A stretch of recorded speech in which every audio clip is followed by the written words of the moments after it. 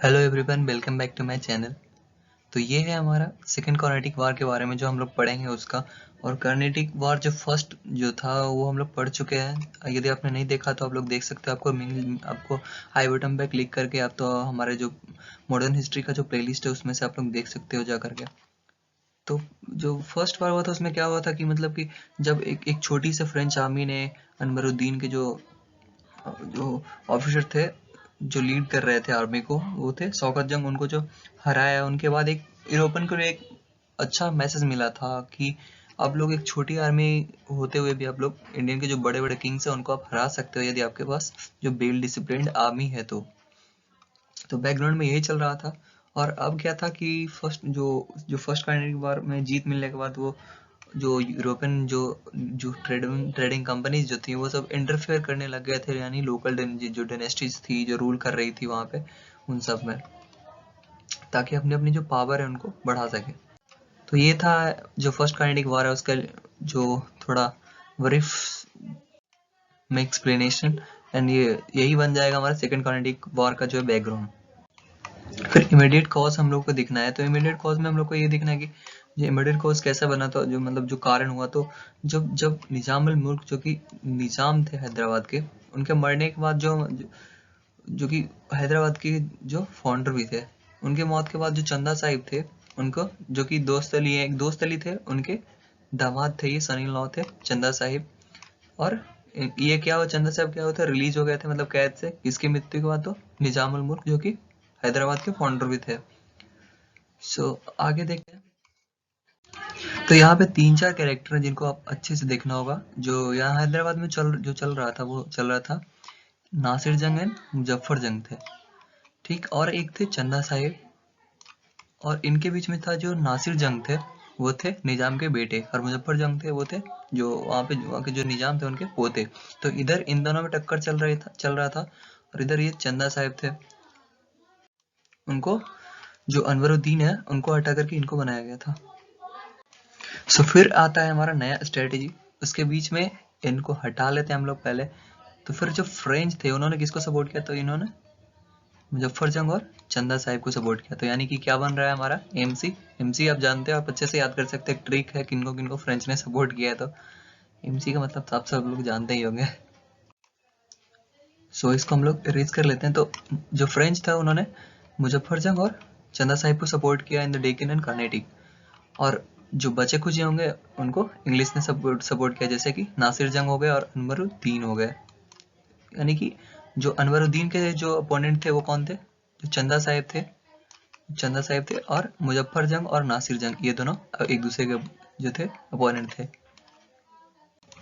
सो जो course of war है इसको हम लोग देखिए, यानी ये जो तीनों के बीच में स्ट्रगल स्टार्ट हुआ किसके किस में हमें, तो इधर हो गया एक हमारे मुजफ्फर जंग भैया जी, और फिर थे चंदा साहिब, एंड फिर थे एक फ्रेंच। तीनों के तीनों एक साथ आए थे। और इन तीनों ने मिलकर जो उनको अनवरुद्दीन जो थे उनको हराया और उनको मार भी दिया। किसमें, तो बैटल ऑफ अंबर में, जो कहाँ है वेल्लोर के पास। और वेल्लोर कहाँ था हमारा, शायद तमिलनाडु में था। और कब, तो 1749 में।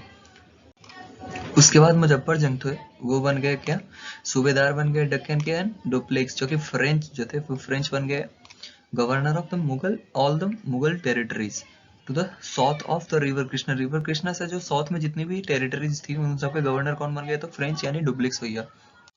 और एक जो जो जनरल बोसी थे, जनरल बोसी ये बहुत ज्यादा स्ट्रांग माना जाता है। हैदराबाद इनका एकदम टोटली कंट्रोल में था।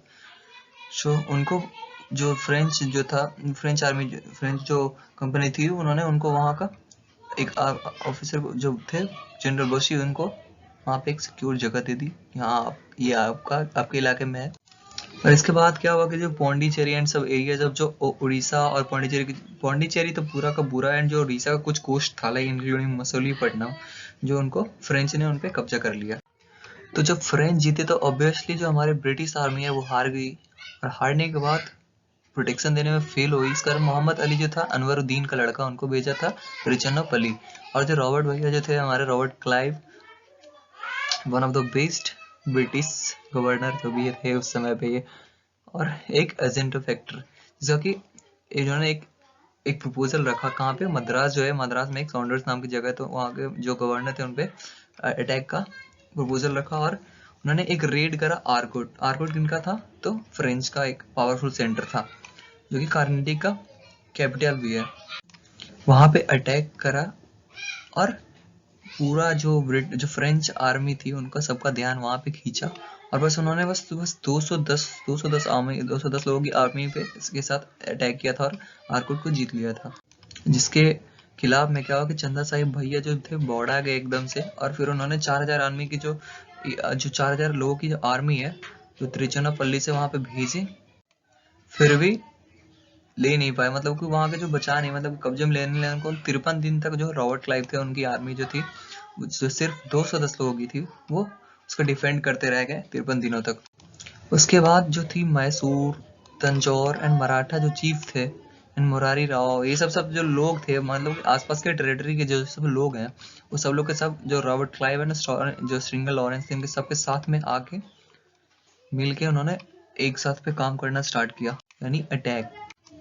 उसके बाद उन लोगों को फोर्स किया गया, मतलब फोर्स हो गए थे, मतलब जो थे उन्होंने सरेंडर कर दिया। और उसके बाद जो मोहम्मद अली जो अनवरुद्दीन का जो लड़का था वो उसने वापस से चंदा साहिब को काट कर रख दिया। बाद में वो खुद में लड़ने लग गए क्योंकि यहाँ पे इतने इतने सारों को जो जो सपोर्ट आया था उनमें, मतलब अपने टेरिटरीज बांटने के चक्कर में खुद ही लड़ गए। लाइक मैसूर था, तंजौर, मराठा चीफ, यदि थोड़ा थोड़ा भी बांटेंगे तो मतलब कि बहुत ज्यादा उनको लगेगा मेरे को कम मिला, उनको लगा मेरे को कम मिला। सबके अपने अपने डिमांड्स थे जो कि सारे की सारी की पूरी होने थोड़ी मुश्किल सी है।